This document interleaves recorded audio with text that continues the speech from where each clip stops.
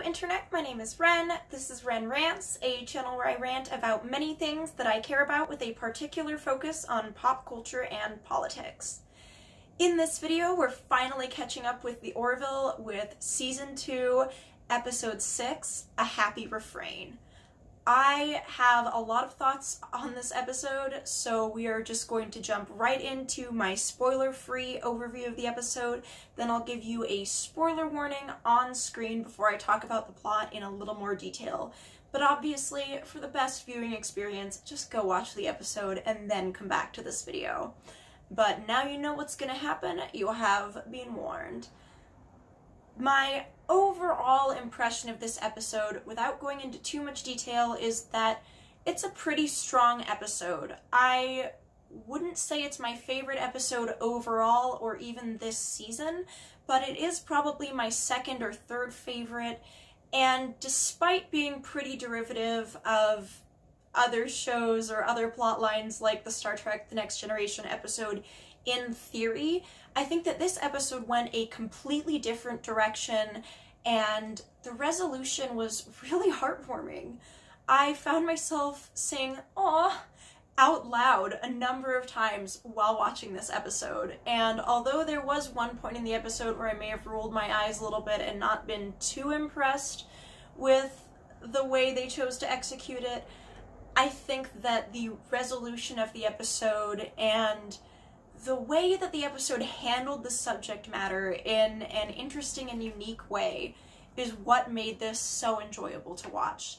I think that it also really benefited from the fact that the relationship we see in this episode has already been built up through a lot of previous interactions and character moments, so none of it felt like it was a surprise. It felt very deliberate and very well-founded, and I think that was definitely a real strength and asset for it, because this episode easily could have gone way off the rails, and I actually do think at one point it almost did, but they managed to pull the reins and put it on the right path and keep the blinders on so it didn't get too unfocused, and I think that they were really successful. So that is probably all I can say without talking more in detail about the plot of the episode. A very short, spoiler-free look at it for sure. So if you don't want to know anything at all about this episode going into it, please go watch it now. But from this point on, you've been warned, and we're in spoiler country. There's really only an A plot to this episode. There's like a B adjacent plot where Malloy has convinced Bortus that he would look good with a mustache, so he asks Claire to help him grow one, and she stimulates the hair follicles above his lip, and he gets a glorious Magnum PI stash, and you get to try and keep a straight face while looking at an alien with a mustache. It's amazing. I love it. Everything about it is great. Unfortunately, Clyden begs him to shave it off by the end of the episode, so we go back to normal Bortus, but amazing. Amazing. The main plot of this episode, though, concerns the blossoming romance between Claire and Isaac. And like I said in the spoiler-free section, this definitely did not come out of nowhere. We saw these two characters bond in Into the Fold, where Isaac sort of became a part of Claire's little family and connected with both her and her sons, Ty and Marcus. And we do know that Claire has already asked Isaac on a date to Bortus's Gelogia, although it did seem like that was more of a casual situation. In this episode, we see Claire considering it a lot more and really looking at her feelings for Isaac, because the fact that he doesn't have emotions and is literally a machine is not necessarily a deal breaker for her. I do like that they don't try to finagle him into somehow fitting into a more emotional role. He's still very much a robot who does not have emotions, and I think that it's good that they towed that line while still showing that he cares about Claire in his own way. So the episode basically starts out with Isaac assisting Claire with her research. Isaac helps fix some errors in her paper, and notices that Claire has changed her hair, which is kind of charming. The Orville is on the way to see the Union Symphony perform, which I kind of love is something that a starship goes out of its way for. It really adds another layer to knowing how much this culture still values things like performance and art and music. So I actually think it's really cool that they're going out of their way to go and see a symphony perform. Claire and Isaac attend Ty's piano recital, and they have kind of a bonding moment, and Claire confides in Kelly about her feelings for Isaac, and Kelly encourages her to go for it, but be careful. Claire asks Isaac on a date to the symphony, and he accepts. He consults with Lamar and Lemoy about what one does on a date, and not only do they hook him up with some sick new threads, they give him some guidelines to go off of. Isaac and Claire seem to enjoy the symphony performance, and they do a string ensemble performance of Singin' in the Rain. Then they go to the simulator, where Isaac has programmed a simulation of Claire's favorite restaurant, and at first she seems a little bit delighted, but then is disappointed when she realizes that Isaac knows everything about her from her personnel file, so there's nothing left for him to get to know about her. And she expresses this to Isaac and her disappointment in his lack of spontaneity, and leaves him with a dispassionate goodnight kiss. Isaac asks if she'd like to do another date, maybe right now, and she says she's tired and to give it a day or two. Claire tells Kelly that the date didn't go well, and Isaac tries to get some tips from the crew for how to smooth things over a little bit with Claire. They recommend that he tries surprising her, and so he shows up at her quarters at 3 a.m. with chocolate cake, and she is not pleased. So she dumps him. He asks Lamar and Gordon for help again to figure out how he can get back in Claire's good graces, and he invites her back to the simulator and sets up a human cosplay so that they can kiss, and informs her that he's deleted everything he knows about her from his files, so they can actually get to know each other.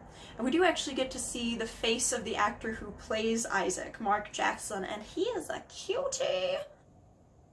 So Claire then changes the simulation to her quarters and they get it on. We then cut to her filling in Kelly and Tala about their time together and how Isaac was basically telling her, let me try. And for her, even though that wasn't an emotional connection, it was making her fall in love with him. Unfortunately, Isaac seemed to think he was more of the hit it and quit it type, and decided that his experiment in human relationships was now at an end. He doesn't want to hurt her feelings, so Lamar encourages him to act like a jerk so that she'll dump him. So we get the scene that made me roll my eyes a little bit, with Isaac in stained, replicated human underwear, sitting on a couch, berating Claire about his dinner and calling her fat, and a bunch of other just unoriginal, cheesy, lowbrow insults that I guess is how Isaac interprets ending a relationship without distressing someone. Claire is, of course, distressed and asks him to leave and doesn't want to see him again. He tries to come back for Ty's piano lesson, and Claire tells him she doesn't even want to have anything to do with him at all. And the crew is also pretty disgusted with him. Weird how some guys can treat a woman that way and somehow just not be bothered by it. Takes a special kind of garbage person, if you ask me. On the bridge, while he's doing some analysis of some stellar phenomena that they're checking out, Isaac makes a mistake, which is unheard of.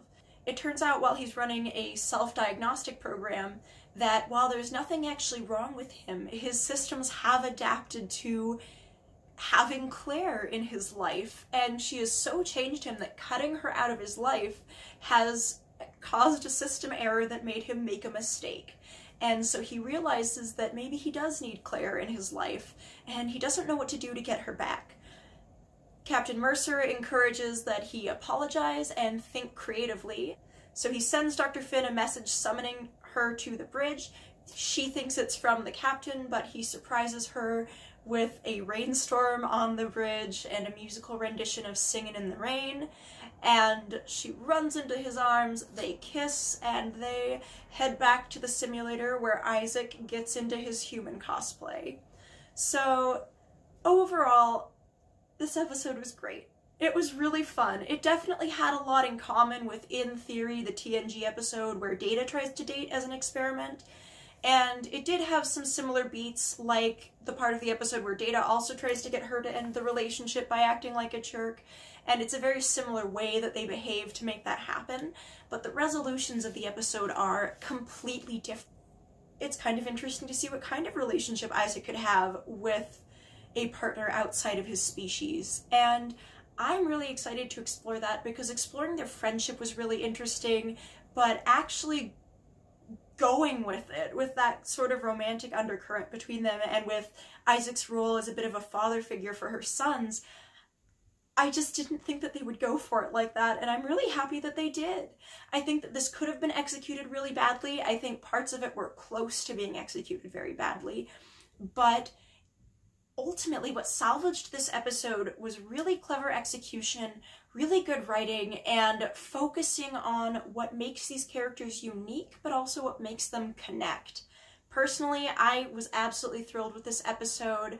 I think it works on its own as a standalone episode. I think it works great as the place it's in season 2, and I think it is a wonderful follow-up to these characters. Whether their relationship ends up lasting or whether they do end up eventually separating, I think it's really cool that we got to see how these two could possibly form this kind of a connection, and how Isaac would adjust himself to fit Claire's needs. This episode showed some of the best things about how you can compromise in a relationship and how to show someone that you care about them even if you don't have the same way of communicating that. And I'm just really impressed that they were able to pull it off. Let me know what you thought about this episode in the comments section down below. Do you think that Claire and Isaac are a good match? Do you wish that they had just stayed friends? Do you think this episode was executed well, or do you think that they got a little bit messy? I'd love to hear your thoughts. That's all I have for you though. See you next time. Wiedersehen.